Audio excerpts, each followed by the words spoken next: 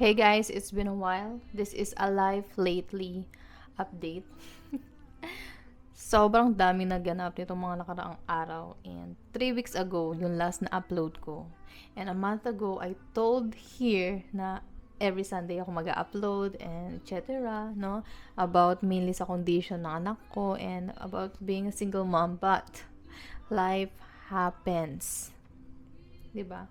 So, may mga plan talaga tayo na hindi natutuloy and well, sometimes it's a redirection. So, may ibang plan si God for us na gawin natin. And ito is wala lang, update lang ganyan. So, yung mga nanonood, thank you so much sa mga patuloy na nanonood sa akin here sa YT or sa YouTube. So, share ko lang sa inyo na may mga nag-DM kasi sa akin na bakit wala na yung page namin sa Facebook, which is Life with Mikey.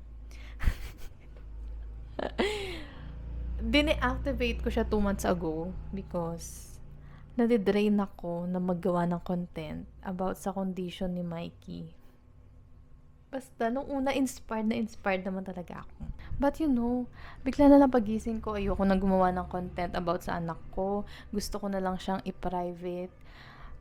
And, nakakaramdam din kasi ako minsan ng guilt, no, na pinapresent ko siya sa social media. Although, kaya nga ako nagko-content, diba, about sa autism kasi nga, gusto kong maka-inspire din na magpatuloy yung mga awesome parents na katulad ko, but hindi na siya aligned ngayon sa mga goals ko in life. So, inalis ko yung page na yun and I don't know, no? Hindi naman ako nagsasalita na tapos I don't know if kailan ko siya maibabalik or whatsoever.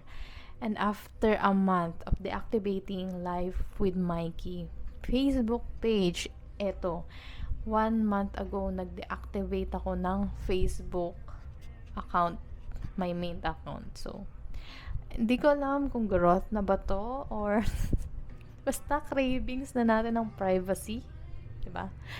Pero syempre hindi ko naman talaga fully, no, na permanently i-deactivate yung main account ko. Sino ba naman, no, makakatiis na magde-delete talaga ng account sa Facebook? Hindi na siya muna ngayon yung priority ko.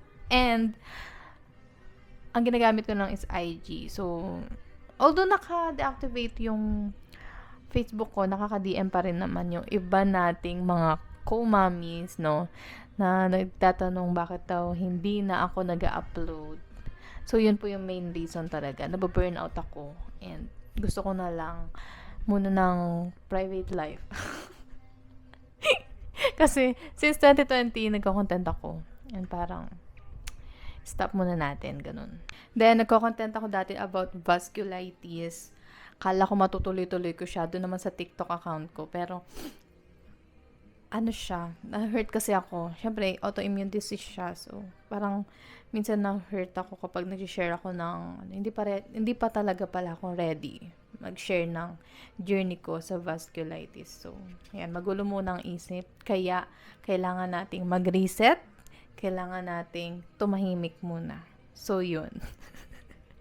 Di ba? Ang gulo. Pero, alam nyo, ang na-realize ko sa social media detox is, alam nyo, grabe yung peace na nabibigay niya.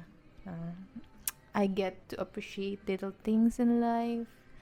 Alam mo yun, parang, hindi ko naman napapansin dati to.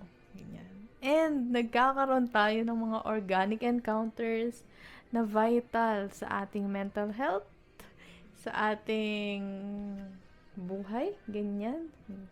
I get to meet new friends, new colleagues, ganyan. So, masaya yung pag-social media detox ko. So, yun lang naman for today's video. Thank you so much for watching. Thank you talaga na nakaabot ka sa dulo ng video na to.